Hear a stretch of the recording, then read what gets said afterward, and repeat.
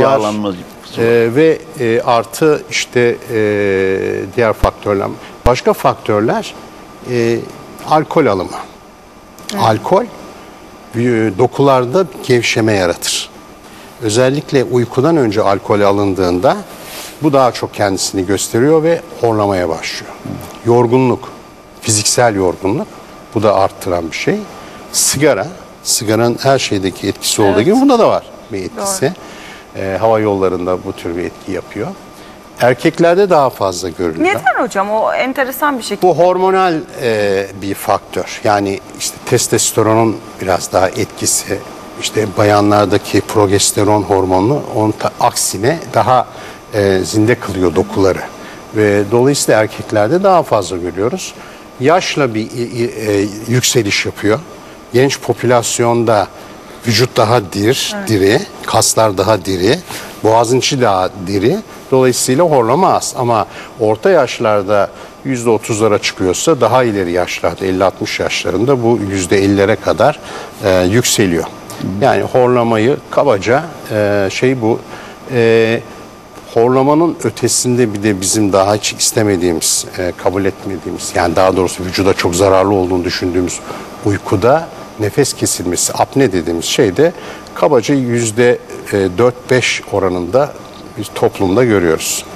Yani toplumun %50 yaşın üstünde %40'ında horlama varsa, evet, %5'inde de uyku apnesi uykuda nefes tutma problem. Ama o horlamadan çok daha riskli. Daha ileri evresi. Horlamanın bir ötesi midir uyku apnesi, yoksa horlama ayrı, uyku apnesi ayrı bir şey mi? Horlamanın bir ileri evresi. Daha da ileri evresi.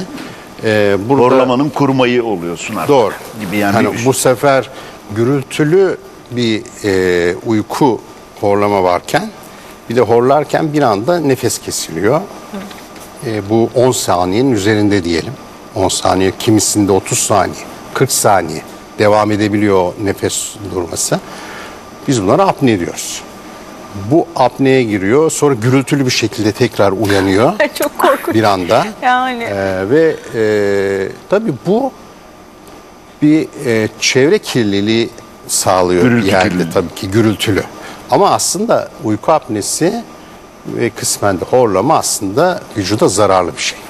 Yani eşine rahatsızlık vermesinden öte kişinin kendi vücuduna, sağlığına ama genelde büyük zarar. horlama deyince horlama çok ciddi bir sağlık problemi olarak görülmez. Aman artık bıktım bu adamın horlamasından, çok kilolu da ondan da şundan. Hani çok azdır belki de etrafında duyduğum horlamadan dolayı ben bu doktora gideyim de bir görüneyim diyenler. Ama mesela uyku apnesinde nefesin kesiliyor olması çok ciddi bir problem. Ciddi problem. Uzadığı da oluyor mu hocam onun? Efendim? Sürenin uzadığı, o kesilmenin. Tabii işte Yani kimisinde 30 saniye, kimisinde 40 saniye, bu kadar uzun apneler var. Düşünün şimdi o kadar sürenin içerisinde vücudu kana geçen oksijen miktarı düşüyor. İyice düşüyor. Çünkü nefes almıyor. Kana oksijen geçmediği zaman ne olacak? Bu sefer kalp daha hızlı çarpmaya başlıyor.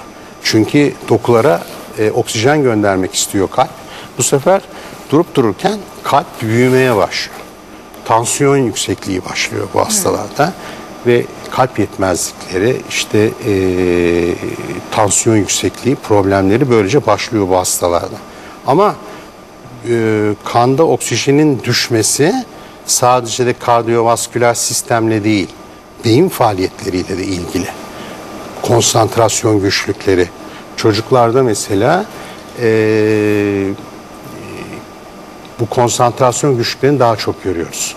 İlgisizlik, ortama ilgisizlik, derslerde performans düşüklüğü, bunlarda daha fazla görüyoruz. Cinsel isteksizlik, mesela erkeklerde impotans nedenlerinden bir tanesi de budur. Niye? Çünkü bu faaliyetler için gerekli olan, merkezler için gerekli olan oksijen miktarı uyku sırasında düşüyor ve bunun da vücuda büyük bir uykuda soluğunu tuttuğunu kişi kendisi anlıyor mu, yoksa yanındaki birisinin uyarısıyla mı? Şimdi bazen kişi büyük bir panikle uyanabilir. Hava açlığı. Yani bunu bazıları hissediyor, uyanıyor. Ama genelde apneye giriyor, duruyor. Hatta eşi bakıyor, apneye girdiğini görüyor, izliyor ve ondan sonra korkuyor. Öldü mü? Ve dürtüyor. Uyan diyor. Hocam o da O onun en anda- derin yerinde nereden alacak o nefes almadığını? Efendim? Yani ses çıkaran bir Eş şey değil uyumuyor. ki. Nöbetçi. Nöbetçi Şimdi tabii yani yapacaksın. bu insan hani Nereden eşler bu anlayacaksın? konuda birazcık da tedirgin. Kişinin pek farkında değil kişi, Evet. erkek. Ama hanım hem gürültüden hem bu nefes kesilmelerinden bu Mecburiyet. sefer endişe Hani ediyor yani. ses hep gelmeye alışmış. Ses kesilince ondan dolayı. Hani hep horluyordu. Dur niye horlamıyor bir bakayım deyince belki. Genelde tabii böyle şiddetli olgularda eşler biraz ayrı yatarlar. Yani bir eş bir odadaysa diğer Çok eş var benim diğer bildiğim odadadır. arkadaşlarımda bile çok var. Sizde hikayelerde var. Var var. Bu aletle var. Evet hocam bu alet enteresan bir alet. Böyle bir önce arkadan bakınca temizlik teybine benziyor. Önünde böyle bir şeyler. Günümüzde çok sık rastladığımız bir şey ama değil mi? Tabii. Ne işe yarıyor? Yaygın olarak kullanılıyor bu cihazlar. Bu cihazlar pozitif hava veren, basınç veren aletler. Görevi belli bir basınçta havayı burun veya ağız boşluğundan hava yoluna göndermek. Şimdi ne diyoruz biz? Hava yolunda bir tıkanıklık var diyoruz değil mi? Hı hı. Geçemediğimiz bir şey var. Ben eğer burundan belli bir basınçla havayı gönderirsem o açarak gidiyor sonuçta. Bütün o darlıkları açıyor ve akciğere devamlı taze havayı gönderiyor. O tür hastalar Boğaz dar, bundan basınca bu sefer fokur fokur daha büyük ses getirmez mi? Hayır. Egzoz patlamış gibi. yok. Çok fazla olursa tabii ki. Bunun Bu şimdi alet başucumuzda duruyor. duruyor. Ben şunu mu takıyorum? Evet, mesela şimdi bu burun, evet. Böyle mi? Bu şekilde burundan bu havayı vereceğiz size. Ağza değil, buruna takıyorsun. Doğru. Bunun daha büyük olanları da var. Hem ağız hem burun olanı var. Sadece burun olanı Resimdeki var. öyleydi zaten demin bir tane. Ve bunu gece boyunca uykuda devamlı kullanıyor kişi. Yüzük oyun yatmaya dönsem Çok rahatsız etmez mi? Evet. etmiyor mu yani? Yüzük Hastalar koyun nasıl? olmaz. Mutlu mu? Bunu Alışıyor mu? yana doğru dönük vaziyette kullanacaktır kişi. Bunların tabii bir sabit basınçta gidenleri var. Bir de sizi izleyeni var. Yani sizde hava Ne olursa mı uyarıyor? apne demeyelim de direncini ölçüyor, ona göre belli bir miktar gönderiyor. Yani otomatik sizi izliyor, ona göre gönderiyor. O biraz daha konforlu. Bunu biz kendimiz mi kullanıyoruz? Siz mi ayarını falan siz mi önceden ayarlıyorsunuz? Şimdi bunun teknisyeni sizin şeyinize göre ayarlıyorlar. Nasıl mesela bir testten geçiriliyor kişiye? Hani nelere bakılıyor da ona göre burada ayar yapılıyor? Şimdi horlayan bir kişiden rahatsızlığı bahsedersek var. Arada bir kere uyku apnesi oluyor bu kişiyi mesela. bir kere boyunu kilosunu ölçüyorsun. İşte body mass index dediğimiz şeyden çıkartıyorsunuz. Riskler ne kadar bu kişide? Onlar ölçülüyor. Sonra vücudun genel anlamdaki tüm özellikleri, tansiyonlar, kalp problemleri var mı? Bunların hepsi bir şeyi çıkartılıyor. Ne kadar etkilenmiş acaba horlamadan? Ondan sonra da muayene. Muayenede bizim baktığımız tabii ki bir burun muayenesi. Burunda herhangi bir problem var mı? Bir ağız muayenesi. Yumuşak damağın durumu, küçük dilin durumu, dil kökünün durumu. Tek başına burun eti de yapar mı hocam horlama? Yapar. Yapar. Ama çok da fazla değil. Asıl Çünkü şurası. horlamayı esas yapan neden yumuşak damak ve küçük dilin titreşimi ya. Bir yardımcı faktör aslında. Etkileyen bir faktör ama esas önemli faktör boğaz kısmında. Radyolojik olarak inceleme de yapılabiliyor. Hem bu burun olsun hem boğaz olsun. Bu bölgelerdeki yumuşak dokuların büyüklüğü falan bunlar da radyolojik olarak ortaya konabilir. Ve ondan sonra da ne yapılabilir? Yani şimdi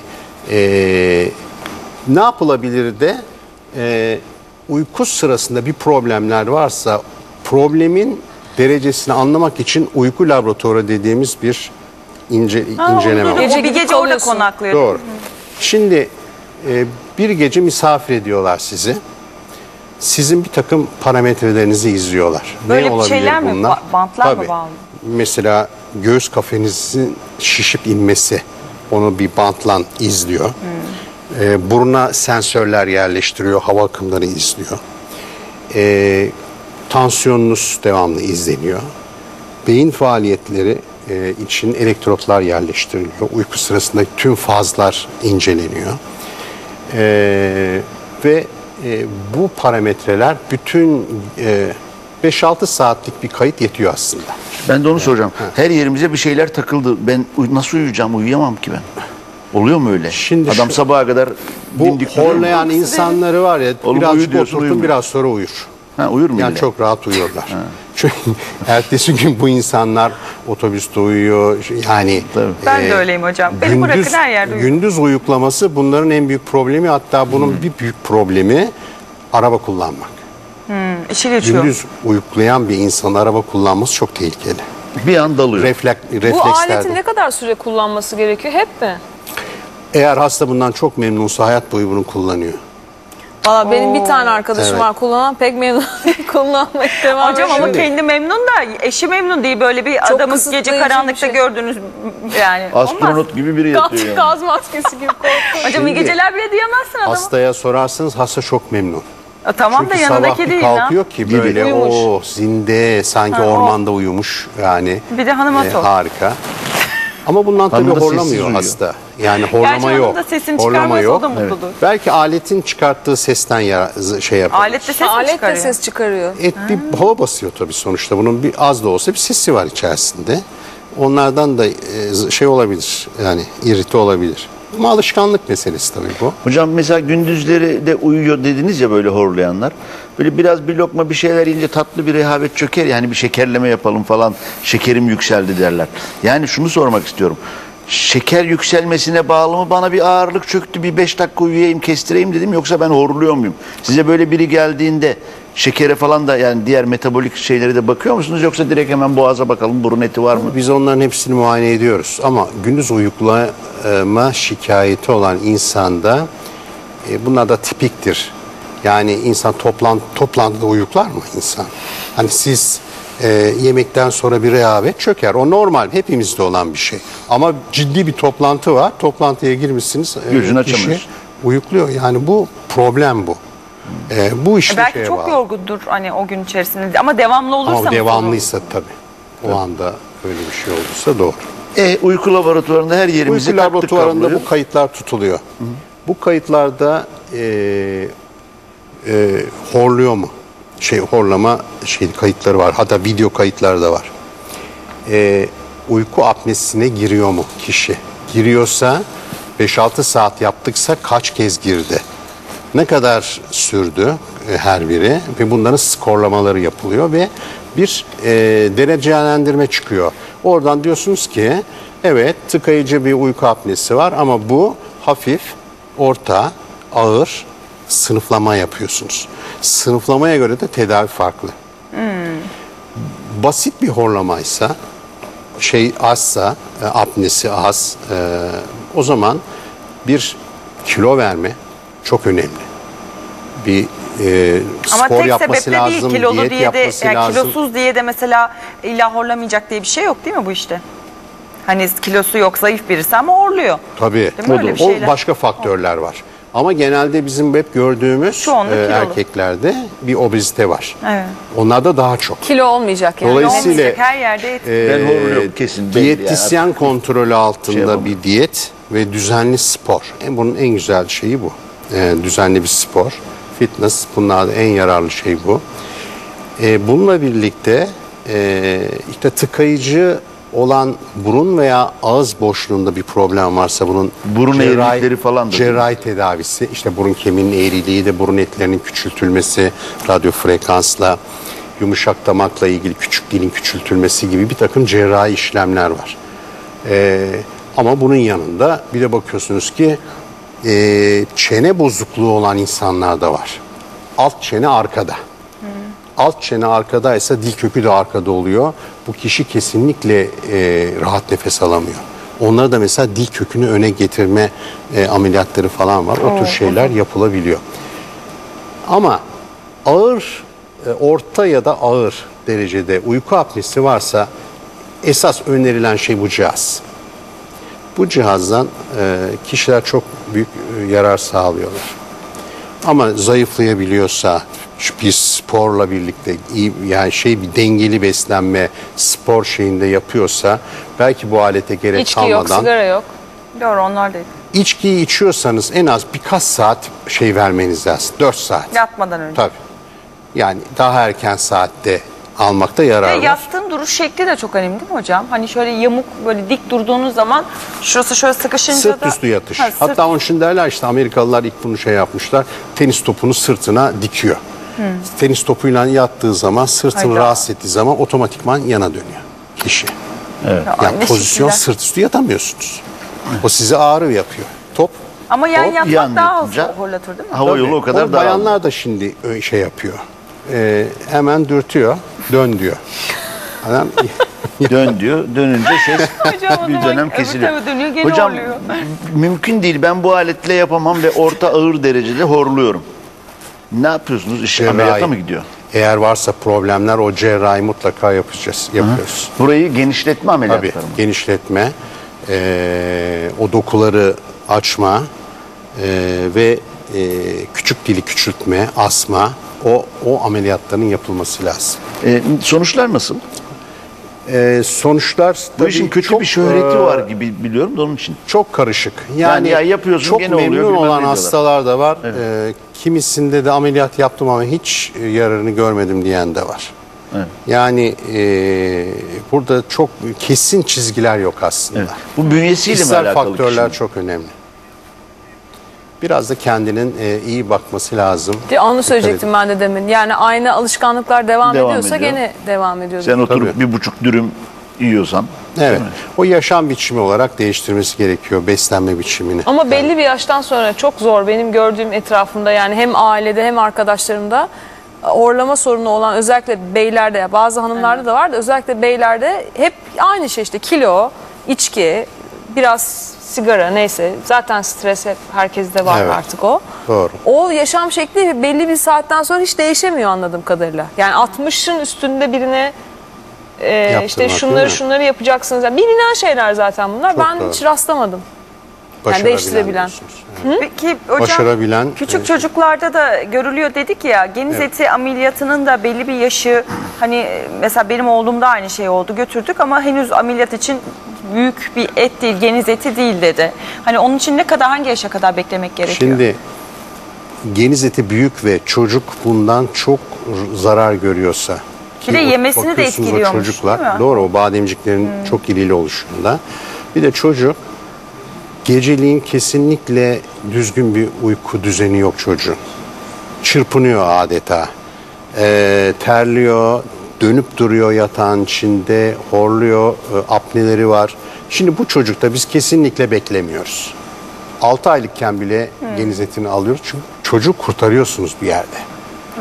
Çocuk kendine gelecek. Bir de çocuklar uykuda büyürler. Yani büyüme Evet, çok hormonları önemli, doğru. uykuda. Çocuğun doğru düzgün bir uykusu yok ki. Bunu mutlaka bir an önce yapmak lazım. Öyle bir yaş şeyi yok. Yoktu. Eğer çok zarar etkilemişse hemen ameliyata alıyoruz. Peki odanın da nemin ayarının yapılıyor olması da bunu etkiler mi? Rahat Horlamayı bir mı? uykuyu, horlamayı. Horlamayı değil de ağız solunumu yapıyor çocuklar genelde. Evet. Burun tıkalı. Evet. Ortamın kuruluğunun tabii ki ortadan kaldırılması, nemin sağlanması çocuğun hava yolları için bence faydası var. Ortamın neminin olması. İşte nem aleti. Kuravan Evet, nem olmaması. aletleri oluyor O tür işte nebulizerler var, nem verici cihazlar falan. Onların kullanılması mantıklı. Çocuklarda da peki uyku apnesi görülüyor mu? Görülüyor. Bu daha çok yeni doğan bebeklerde de oluyor değil mi hocam? Erken doğanlarda. Şimdi geniz etini biz 4 aylık dönemden sonra görürüz. 4 ayla 8 yaş arasında. Dolayısıyla yeni doğanda çok fazla bir şey yoktur. Burun etleri belki şişmiştir, ona bağlı olur ama geniz eti 4 aydan sonra başlıyor problemler. Ve onlarda eğer problem büyükse uyku apnesi de görülüyor. Ve onların da cerrahiyle, onlar da cerrahi çok güzel sonuç veriyor. Bu çünkü Büyükler gibi değil erken prematüre doğan bebeklerde de çok sık görülüyor ya solunum durmaları. Evet. Kendi başına solunum. Onun da sanıyorum şeyleri yatağın altına. Akciğerlerle de ilgisi Yatağın var. altına bir alet konuluyor. Onu duydunuz mu? Çocuğun Yok, biz solunumuyla oraları alakalı. bilmiyoruz. Ya işte onu da ben çok iyi biliyorum. Bir gün de ben anlatayım. Hocam peki Çok şunu zor bir merak şey. ettim. 50-60 yaşlarında birisi horluyor, uyku apnesi var, 30 saniye 40 saniye tutuyor ama hiçbir zaman bir doktora gelip de tedavi olmayı da aklına bile getirmiyor. İşte gündüzleri uyukluyor falan, her türlü zahmetinde yaşıyor. İşin farkında değil. farkında değil ya da umrunda Ya da değil. Ne olur? dert Bir gün etmiyor. yatağında ölür mü böyle birisi? Yani bir yatakta ani ölüm sebebi Ani midir? ölüm değil ama onun yol açtığı problemlerden olabilir tabii. Kalp problemleri. Mesela, Örneğin. değil mi? Diyecektim, kalp krizi Tabii. geçirmek. Değil. MI geçirme, yani enfarktüs geçirme krizi. riski fazla bu insanlarda. Kalp krizi geçirir. O nedenle olabilir. Yatakta kalp krizi geçirmenin hazırlayıcılarından bir tanesidir. O da en tehlikelisi herhalde değil mi? Uyurken tabii, kalp tabii. krizi geçirmek de Allah korusun. Güzel bir ölüm şekli ama. Ya. Evet. Bence. Ani ölüm. Allah kimseye Ani ölüm ama yani. çektirmeden. Peki hocam ilacı yok mu? Uyku O apnesi, kadar horlama. çok kullanılan şeyler var ama hiçbirinin faydası yok. Yok işte diyorlar ki sprey. Evet, bir sürü Spreyi sıkıyor. ticari amaç. Efendim neymiş o sprey? İşte ağız içerisindeki dokuları sertleştiriyormuş. İşte dolayısıyla horlamayı azaltıyor. Onların hepsi reklam. Yani pek bununla ilgili yapılan Koruyucu yapabileceğimiz kendimiz çalışmalarda böyle bir şey yok. Ağız apareyleri dediğimiz şeyler var. Mesela ağza takıyorsunuz onu, alt üst çenelere ve silikon bir malzeme. O böyle çeneyi önde tutuyor. Dolayısıyla dili de öne çekmiş oluyor. Oy. Fakat yani bunların da rahatsızlık veriyor uyku Evet, sırasında. en Pek de pratiği, rahat değil. en pratiği şu gösterdiğimiz cihaz mı? Buruna takılan maske. Bunun etkisi %100. Bunu çocuklar da kullanıyor mu? Tolere edebiliyorsa kullanabilir. Herkes kendi makinesini alıyor, evine götürüyor, başucuna Ama koyuyor. çocuklarda dediğim gibi çocuklardaki tedavi kesin. Ya o problemi geniz etini, bademciğini alın, çocukta hiçbir problem kalmaz. Önemli. Ömür boyu da devam eder mi o problemsiz bir şekilde? Yoksa yine Tabii. ileriki yaşta olabilir mi? Hayır o uzun seneler hiçbir problem olmaz çocukta. Efendim çok teşekkür ediyoruz rica keyifli ederim. sohbet için. Rica ederim. Çok Hem bugün değerli. fotoğraf sanatını hem de Evet, horlamayı. her şeyi öğrenmiş olduk. Vallahi bak. Lara'cığım çok teşekkür Ben ediyoruz. teşekkür Sana da ederim, kolay çok gelsin. mersi. İnşallah yarın spora kaldığın yerden devam Evet, edeceksin. kesinlikle. Tekrar görüşmek üzere. Efendim programımız yine sağlıkla devam edecek. Bizden ayrılmayın. Pek çok insan yaptırmaya çekiniyor. Ancak hayat kurtarır.